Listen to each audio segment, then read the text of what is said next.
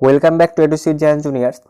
तो आप सभी का और एक डिपेंडेंट क्वेश्चन था कि यूनिवर्सिटी ऑफ कलकत्ता का डिसेंट्रलाइज काउंसलिंग कैसे कंडक्ट होता है। तो मैंने सोचा कि आप सभी के लिए ये वीडियो भी कर देते एंड इसके बाद आप सभी का और भी क्वेरीज है कि जेजीईसी एंड केजीईसी का डिसेंट्रलाइज काउंसलिंग को लेकर। तो इसको लेकर परेशान मत हो, वो सभी का ऊपर हम वीडियो लाएंगे एंड कुछ दिनों में आपको जो है वो सभी का ऊपर वीडियो मिल जाएगा। तो चलो फिर आज का जो टॉपिक है कि यूनिवर्सिटी ऑफ कलकत्ता का डिसेंट्रलाइज काउंसलिंग होता है कैसे। तो यहाँ पर आपको देखने को मिल रहा होगा notice for decentralise counselling first round for admission in the first year of 4 year BTech course 2021। तो यहाँ पर आपका एट फर्स्ट कुछ पैराग्राफ्स लिखा हुआ है, जस्ट आपका डिसेंट्रलाइज काउंसलिंग का थ्रू एडमिशन होगा फर्स्ट ईयर में, ऐसे सब कुछ लिखा हुआ है।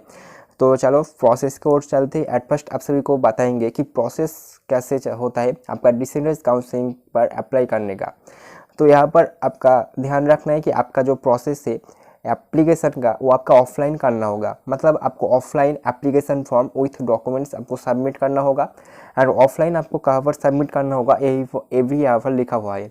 तो देखो यहाँ पर आपको देखने को मिल रहा होगा place of submission of applications office of the secretary UCSTA Calcutta university technology campus JD2 sector 3 salt lake city Kolkata 7,106। तो यहाँ पर आपको देखने को मिल रहा होगा कि कहाँ पर आपको जो है सबमिट करना होगा। तो सॉल्ट लेक सिटी में आपका जो कलकत्ता यूनिवर्सिटी का टेक्नोलॉजी कैंपस है वहाँ पर आपको सबमिट करना होगा। यहाँ पर आपका एड्रेस भी दिया हुआ है एंड यहाँ पर आपका एक डेट दिया जाएगा जो आपका रिसेंट नोटिस पब्लिश होगा। तो यह आपका 2021 का नोटिस का बेसिस में आप सभी के साथ शेयर कर रहा हूँ एंड होप कि यहाँ पर जो प्रोसेस आपका था 2021 में वही प्रोसेस इस साल भी आपका फॉलो होगा।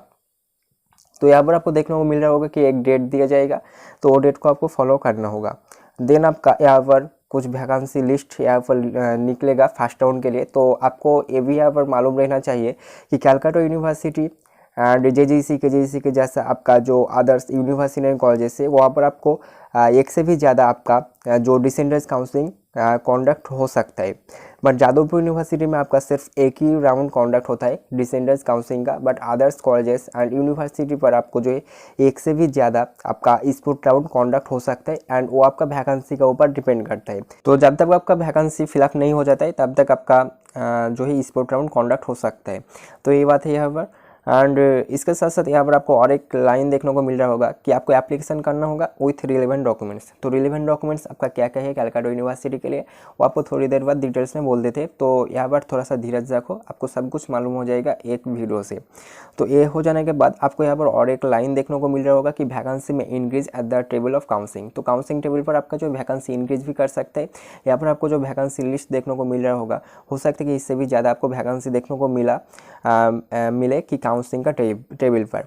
तो ये आपका हो सकता है, क्योंकि हो सकता है कि जब आपका ये वैकेंसी लिस्ट निकला उसके बाद और भी कोई कैंडिडेट आपका सीट विड्रॉल कर लिया कलकत्ता यूनिवर्सिटी से, तो आपका वैकेंसी के अंदर चला जाएगा। तो वो भी आपका वैकेंसी सीट के अंदर चला जाएगा। तो आपका काउंसलिंग टेबल पर हो सकता है कि इससे भी ज़्यादा आपको सीट वैकेंसी देखने को मिले। तो इसके बाद आप सभी के साथ और एक इम्पॉर्टेंट पॉइंट शेयर करेंगे जहाँ पर आपको कलकत्ता यूनिवर्सिटी पर डिसेंट्रलाइज काउंसलिंग पर पार्टिसिपेट करने का एलिजिबिलिटी क्राइटेरिया मालूम हो जाए। तो आपको यहाँ पर जो है एक एक्सेप्ट जूट फाइबर टेक्नोलॉजी देखने को मिलेगा एंड आपको एक पार्टिकुलरली जूट फाइबर टेक्नोलॉजी के लिए एक एलिजिबिलिटी क्राइटेरिया देखने को मिल सकता है। तो चलो फिर देख लेते हैं। तो एट फर्स्ट आपको अगर डिसेंट्रलाइज काउंसलिंग पर पार्टिसिपेट करना है तो आपको जो है एट फर्स्ट आपको WBJE में कोई भी वैलिड रैंक चाहिए।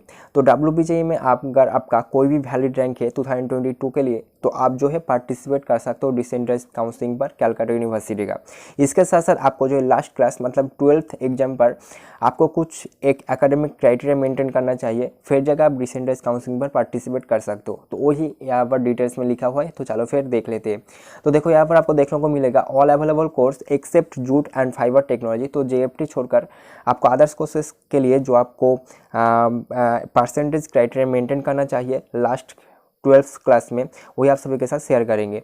तो देखो लास्ट जो आपका 10+2 और इक्विवेलेंट एग्जामिनेशन था वहाँ पर आपका मैथमेटिक्स फिजिक्स केमिस्ट्री में टोटल आपको 60% रहना ही चाहिए एंड इसके साथ साथ इंडिविजुअली आपका पास मार्क्स चाहिए।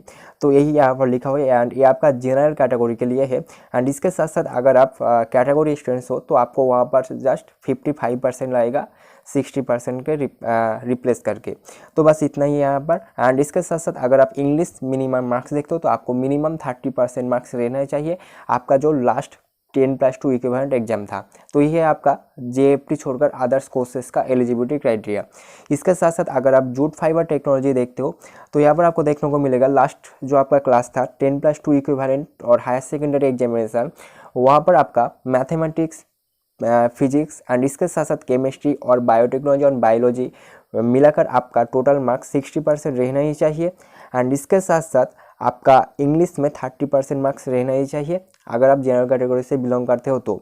एंड इसके साथ साथ अगर आप रिजर्व कैटेगरी के लिए देखते हो तो आपका जस्ट 60% मार्क्स को रिप्लेस करके वहाँ पर आप 50% बैठा दो, बस आपका एलिजिबिलिटी क्राइटेरिया हो गया। तो यहाँ पर आपको देखने को मिल रहा होगा 50% for reserve category students E.G.SC, ST, OBC A, OBC B and PWD। And English marks general and reserve category both के लिए सेम।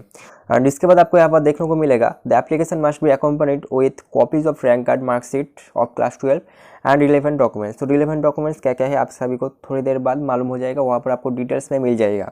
तो ये सब कुछ आपके साथ रहना चाहिए।